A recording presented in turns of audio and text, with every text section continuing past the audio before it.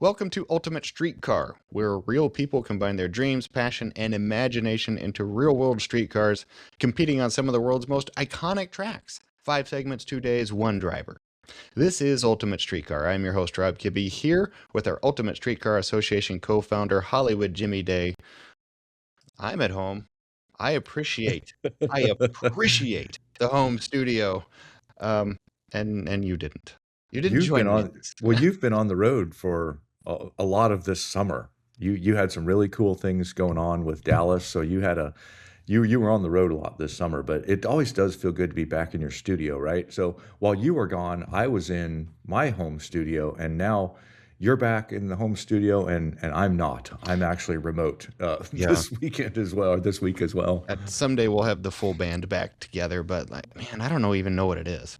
Because there's nothing here that I didn't have on the road. Yeah. But everything's just a little bit better. Well, and with technology, you're right. We can do a lot of things from places that we didn't used to be able to, right? So technology's helped us really do a quality podcast, even if we're not in our studios. Yeah, I'm sure people can probably hear a little bit of a difference in the tonal quality. The microphone and headphones I have in my studio are really good. This is just a laptop microphone, but it's not terrible. It's not terrible, and we have audio and video production to solve most problems. So. Thank goodness. Yeah, I've been told. Can they do anything with this? No, I have been told that since we don't need to wear readers, but since we're choosing to wear readers, it would be a good idea to put a polarized filter over our cameras so that you don't get. I got you. Okay. Yeah, so I'm gonna test one out here, and by our next show, if it works, so let's do that. And tell me what it is. Yeah. Yes. Yeah. So I was just telling you earlier, and these are my readers. These are not my favorite pair of glasses, but they allow me to not have to look up and down through the bottom of my progressive glasses. So you're not people don't have to look up my nose while they're watching the podcast here. It's just what it takes, man. It's easier to see and look dumb. So. Well, I look dumb pretty easily. That's kind of my standard look. Well, here's our plan here. It's been a minute. But we're back in production, and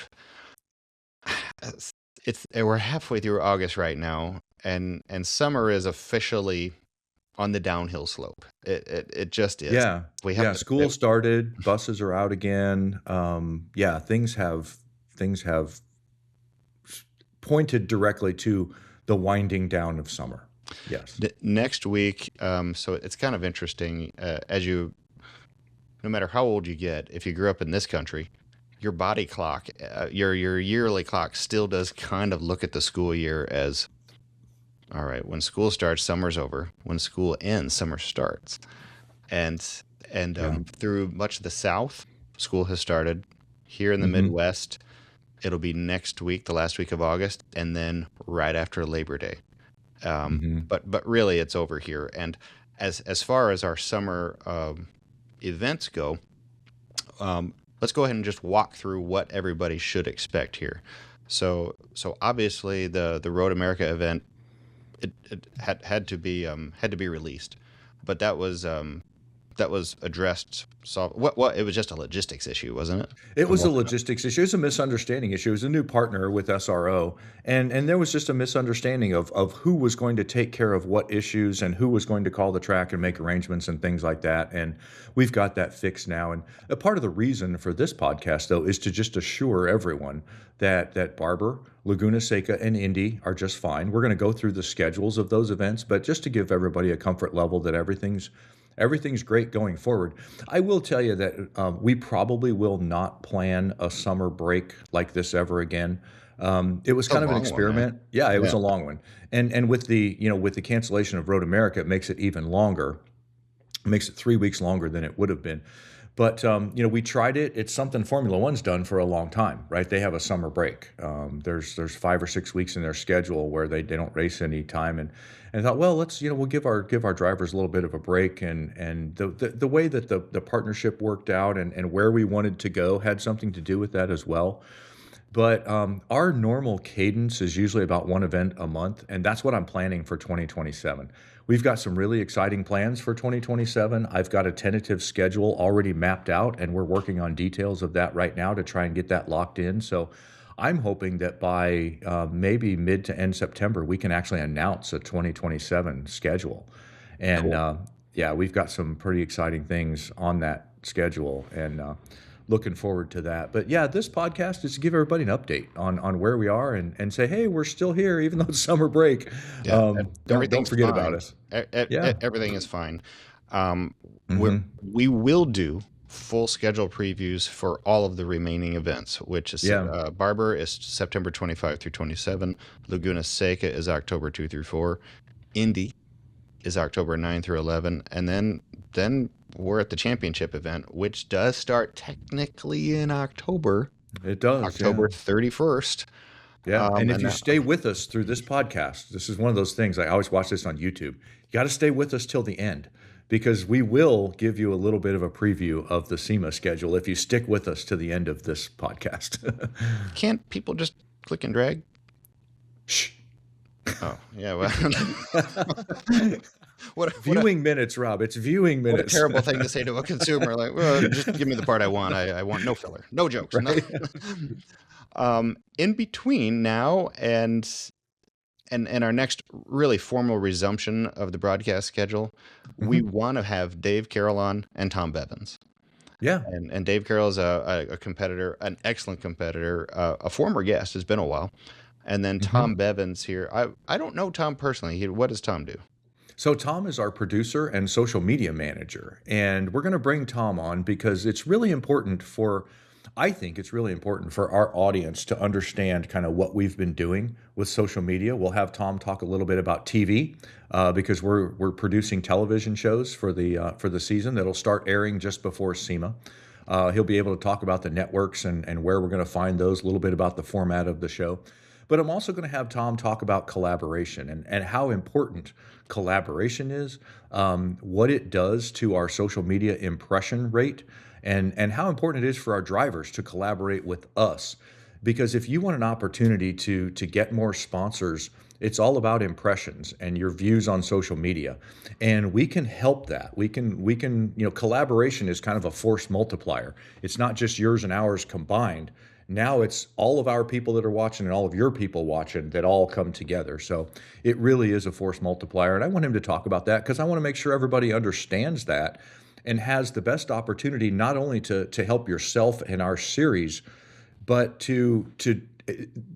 the well, I said that wrong. Not only to help our series, but to help yourself as well. Because when you can show a sponsor how many impressions you're generating as part of this series, it's going to help you a long way as well. Either get some products, potentially some money, or bring that sponsor in that helps you be part of this series and take less money out of your own pocket. Yeah, it is. And I'm just going to throw this out there. I know that there's a segment of our world, not necessarily our racers, but a segment of the world that would say social media is a waste of time. What I would tell you now, and I had to get over this myself, is 40 years ago, if you wanted to buy attention, you would buy it on TV, you would buy it on the radio, you'd buy it in print. And you can't necessarily think that way anymore. No, you cannot. You don't even necessarily have to buy it anymore, but it's a trade for time. In a way, you can buy it, you can put in time, you can do both, you can do a Mhm. mix, but it has shifted. Where people's attention isn't on their TV anymore, unless they're watching an NFL game. Right. It isn't reading the newspaper or magazines, because most don't exist, and what's left is pretty thin. And nobody's listening to the radio; they're listening to our podcast. So, Mhm. bada bing. Yeah. Please listen to that interview with Tom. I'll be taking notes with that interview with Tom. Mhm. It's you got to do it this way. Just got to do it Yeah. this way. Yeah. A reminder that this show, like all shows, is presented to you by Forgeline, the company that puts the fun in functional. Not only do they look kick-ass, they do kick ass. They're on podiums, on race cars. They're on They street are. cars. And what I appreciate even more right now, with my kid doing non-street car racing, It's how nice streetcar racing is.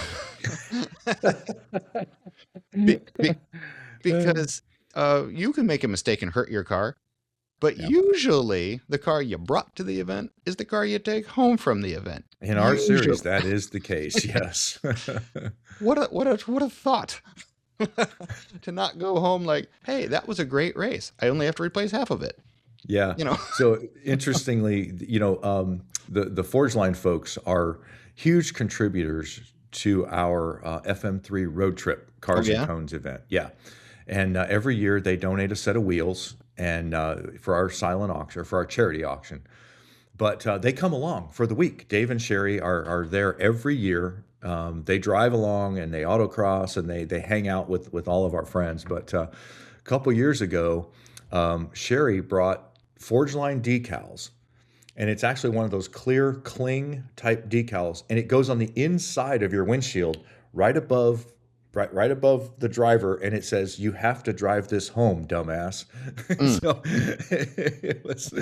it was kind of neat, just a reminder, that this is a streetcar thing, and yes, you will drive this home. So yeah.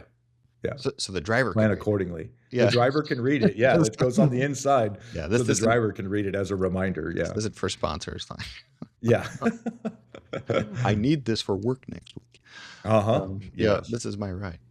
Alrighty, let's go ahead. Thank you. So thank you sincerely, Forgeline, as always. This is a show. Hey, we're just talking about social media. Forgeline did a pivot. Thank you. Glad they did. Yeah, that's why we've been able to provide all this information to new competitors to the series and longtime competitors. Yeah. So let's talk about the very next event that's now on our schedule, which is Barber Motorsports Park, September 25 through 27. We will do a future full in-depth review, but just as a high level, Jimmy, I see this as a regular old event. September it is 25, a Friday through a Sunday.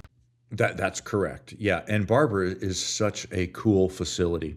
We'll do tech and registration on Friday. We'll do autocross on Saturday, and then we'll do the Peak Performance Challenge and road course on Sunday. Very typical to how we've done it. The really cool thing about Barber, there's a couple of very special things about Barber. Number one, it is the most manicured motorsports park you've ever been to on the planet. It is like the best country club golf course place you've ever been, with art installations. Pretty. They have it's very pretty. They have a world-class motorcycle museum. It's one of the top 2 motorcycle museums in the entire world. The other one happens to be in Invercargill, New Zealand. I've been to that one as well, and they are wonderful museums. But Mr. Barber was really into motorcycles. Mr. Barber passed fairly recently, but he was very into motorcycles, so he put together this really tremendous motorcycle museum. The other thing is that we run the autocross and our Peak Performance Challenge on a skid pad with a test track. So we have a big high bank turn on the autocross. We have a big space for our paddock. We have a big space for the speed stop. So it's really a spacious event. And then the road course at Barber is a very fast and technical road course. So really fun event, and I always look forward to having Barber on the schedule in our season. Okay, very cool. So I don't know people's prep schedule, but from the grand scheme of things, we have 3 events coming up here. We have one more on the south, we have one more on the Midwest, and one more on the West Coast. And this is your southern event. So yeah. Obviously, OPTIMA Gym is keeping track of points, but everybody is. Yeah, I was saying, who isn't? Who isn't? As a reminder, is it your best 3 events? Which best of your best 2? All right, best 2. Yeah, since we went to a 7-event schedule, it's your best 2. Okay. Yeah, we encourage you to run all of them, but it's your best 2. Yeah. Take a hard look at where you are. And be real with yourself. If you think you're good, you're good. If you think you could use a little padding, take it. Right? Use the opportunity to try and better yourself, because everybody's getting better.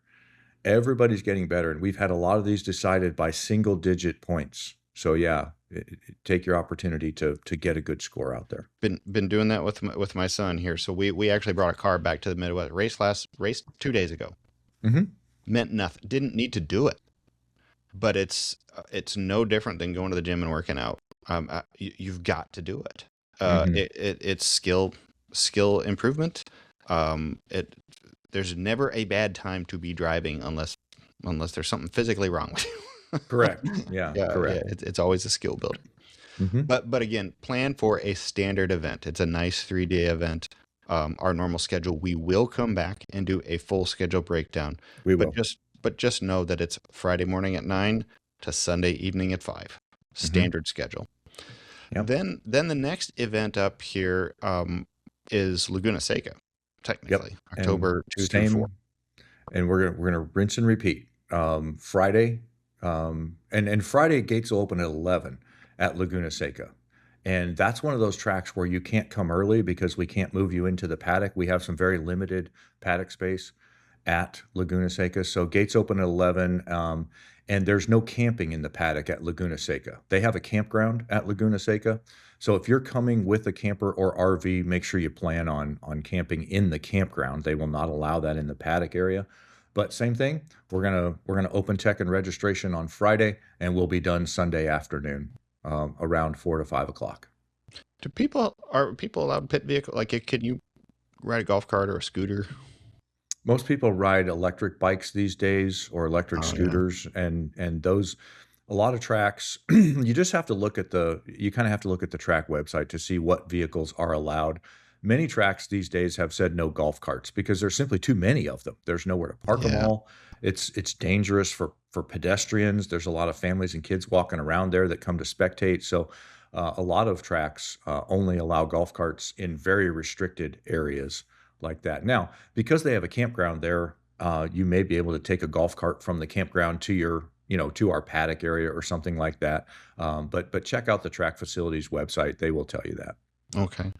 Next event after that is Indianapolis Motor Speedway and IRP. And Yeah. So that's October 9 through 11. It's the very next weekend. and It's the it's very next weekend after Laguna Seca. right, and it's our very last event of the season. And I want to spend a little more time on this one because we're actually going to use two venues here. When we originally planned this event, we did not plan to use two venues. These are two iconic venues in Indianapolis. The Indianapolis Motor Speedway, of course, is the mecca of all speedways. It's world renowned. Everybody knows the Indianapolis Motor Speedway, no matter where you are in the world. The other famous venue they have, though, is Indianapolis Raceway Park, where they run the NHRA US Nationals every year. I don't know how many people know, though, that Indianapolis Raceway Park also has a circle track, they have a drift track, and they have this huge paddock area there because they run multiple big events there every year. So, our good friend and former FM3 employee, Raleigh Miller, is the general manager now at Indianapolis Raceway Park. Hmm. Raleigh reached out to us and said, "Hey guys, how would you like to use our venue for your autocross and speed stop competitions during your Indianapolis weekend?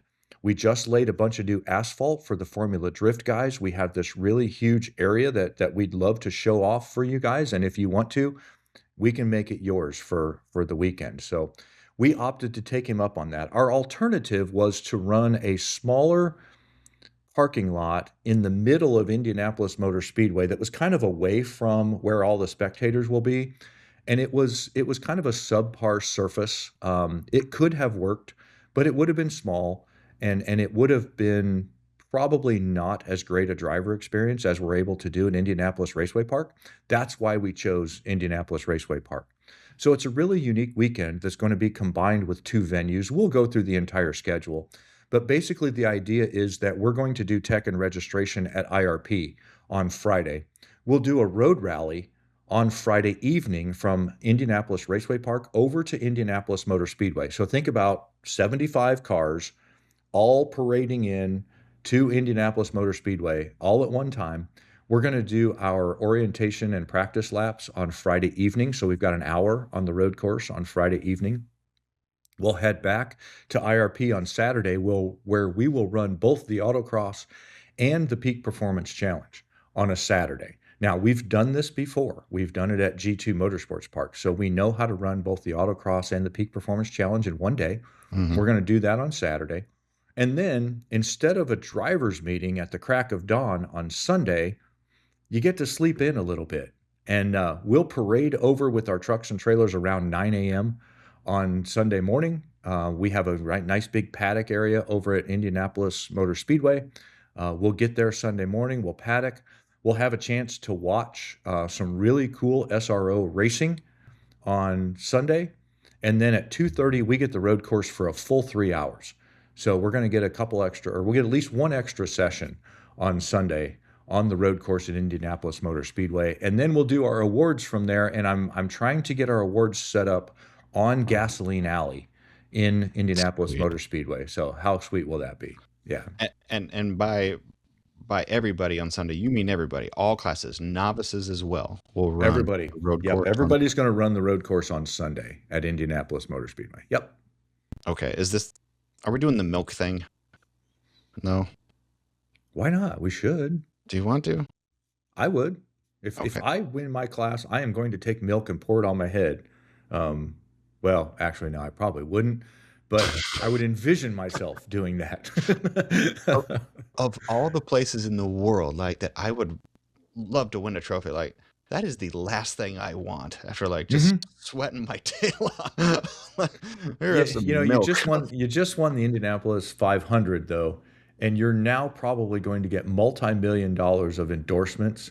You know that your safety team is going to give you a brand new race suit. So what the heck? Pour some milk on your head. It's worth the millions of dollars that you're going to get in endorsements and a new race suit. Oh, I was planning to drink it. Like, I Well, was just they thinking that do. would like curdle my stomach. Well, you're right there. Ugh. Maybe they give you like some 1% or something, right? You get the, Give me a skim chocolate, please. right there you go. That'd be funny. I've never seen anyone do chocolate milk. Wouldn't that be awesome? Yeah. Somebody just does a chocolate milk instead of the regular one. Like after football, like, oh, that's better. Yeah. Okay, one more event to yeah. preview, as you discussed at the start of the show. Yeah. Championship week, which technically does start in October. It starts the very last day of October, Halloween. Yeah. What a time to start. Yeah. What's the very, very early preview for championship week, which leads into SEMA? Mm-hmm. So last year we tried something a little different and it worked out really well and our drivers liked it a lot. So we're going to do that again this year. So we are going to start our championship weekend at Spring Mountain Motorsports Ranch in Pahrump again. So on Saturday, the 31st of October is when we are going to do tech and registration out at Pahrump. So for those of you planning on going to the championship event, I've been getting a lot of questions about schedules and hotels and things like that. So for planning purposes, know that you're going to need to be in Pahrump on the 31st of October. That'll be tech and registration. We will run our road course sessions and our autocross on Sunday, which is the 1st of November. And then on Monday, just like we did last year, we'll make our road rally will actually be from Pahrump to Las Vegas. That's our road rally. We did that last year. And we'll move all the cars into SEMA on Monday. Now, please don't ask me about the SEMA schedule because I don't know yet how things are going to play out at SEMA. As you know, the OPTIMA experience at SEMA is an ever-changing thing. Every year they try and make it new and fresh. And so we don't have all of the activities lined up yet. But know that we will do our peak performance challenge and our design and engineering while at SEMA. I just don't know the days and hours of that yet. But know that you'll need to be at Pahrump on Saturday, October 31st, and you will be able to leave the SEMA show at 3 o'clock on Friday afternoon. That's good enough. And by the time you get to the SEMA show, 3 of your 5 segments are done. Correct. Okay. Yep. Good enough. All right. I think we've accomplished our mission for today. I think we have. Of getting just schedule clarification. Just sometimes this is how it works when you have some new partners. It's and the good news is it's solved and it's solved here forevermore. So yeah, it is. And I do have potentially Road America again on the schedule for next year on our tentative schedule. I have it listed on there. So we'll see if we can make that work out. Again, between now and when we come back to formally walk through the schedule here for Barber Motorsports Park, we're going to squeeze in 1, possibly 2 interviews. We love doing those. and quite frankly, we owe them to you. So Yeah. we'll make sure that they happen. Please make sure that you're subscribing in numerous places now. Make sure that you subscribe to this YouTube channel. Make sure that you have subscribed to this podcast if you prefer it in audio form, which you can do on all of the normal platforms. Apple Podcasts and Spotify are typically the leaders at this point. But every now and then, Jimmy, I get an email from somebody that listens to our show that says, "Hey, I'm using this app called Podcast Addict Hack, and how do I get your show?" You and you can use, you damn well can. Yeah. I got to give you. We do list the feed, and you need to subscribe to the direct feed. It's a way that most of the world doesn't do anymore. But there are some people that just, damn it, this is how I do it. So Is that like the old RSS feed? Is that kind of related to that? that's still how podcasts are fed. So Really? and Yeah. that's never changed. It looks cool and fancy like in all the new apps. Mm-hmm. It means nothing. Like, it's still the RSS Yeah. feed. So Okay. All right. so those are all the ways to get it. Jimmy, thank you as always. Everybody, It's a pleasure. thank you for listening and following along here. It seems like Barber is a long time away. It isn't. You should be prepping now. So Yeah, for sure. all right, gang. We will catch you later. Have a good day. Bye bye.